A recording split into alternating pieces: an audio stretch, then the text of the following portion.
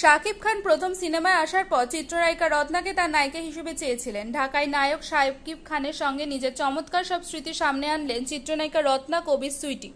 সম্প্রতি বিনোদনমূলক অনুষ্ঠানে অতিথি হয়ে শাকিবের সঙ্গে নিজের কাজের বিষয়ে অতীতের কিছু স্মৃতি ব্যক্ত করেছেন নায়িকা। জানিয়েছেন তাকে নায়িকা হিসেবে চেয়েছিলেন শাকিব খানই। 2003 সালে মুক্তি পায় হিংসা প্রতিহিংসা নামে একটি বাংলা সিনেমা। এই ছবিতে শাকিবের সঙ্গে জুটি বাঁধেন রত্না। সিনেমার পেছনের গল্প টেনে নায়িকা বলেন, সমসাময়িক নায়িকাদের সঙ্গে যখন শাকিব খানের পরিচয় হয়নি তখন তিনি ভালো কোনো সিনেমায় আমাকে রেকমেন্ড করতেন।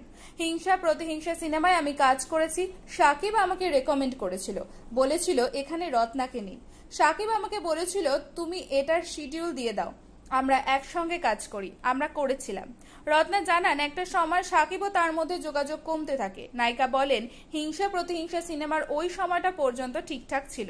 পরবর্তীকালে দেখা গেল আমার চেয়ে বেশি কমিউনিকেশন, আমার চেয়ে বেশি অ্যাডজাস্টমেন্ট অন্য কোথাও হয়ে গেছে শাকিবের। তখন সে অন্য জায়গায় কাজ করছে। এটা তার দোষ বলবো না, এখানে আমি হলে হয়তো তাই করতাম। যার সঙ্গে ভালো কিছু হতে পারে তার সঙ্গেই কাজ করতাম।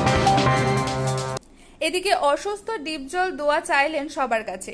ঢাকায় চলচ্চিত্রের মুরভি লভ ও দানবীর খ্যাত অভিনেতা মনোয়ার হোসেন ডিপজল পালন করছেন বাংলাদেশ চলচ্চিত্র শিল্পী সমিতির সাধারণ সম্পাদকের দায়িত্ব।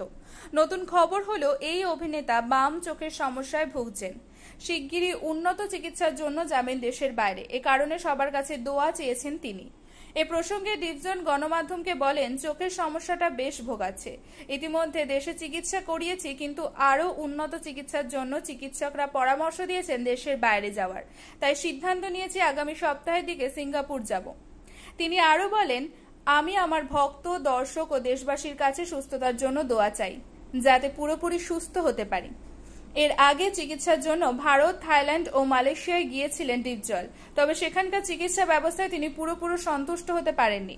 এজন্য আগামী সপ্তাহের দিকে সিঙ্গাপুর যাবেন এই অভিনেতা।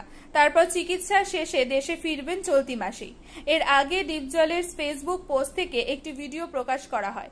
ভিডিওটির ক্যাপশনে লেখা আমি শিক্ষিত হতে চাই। এতে দেখা যায় একটি স্কুলের ক্লাসরুমে শিশুদের পড়াচ্ছেন শিক্ষিকা। এই সময় গায়ে ইউনিফর্ম, কাঁধে ব্যাগ ঝুলিয়ে হনহন করে ক্লাসরুমে প্রবেশ করেন ডিপজল এবং সঙ্গে সঙ্গে বেঞ্চে বসে পড়েন।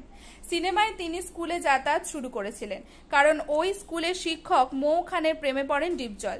এরপর থেকে নানাভাবেই ইমপ্রেস করতে শুরু করেন মৌকে।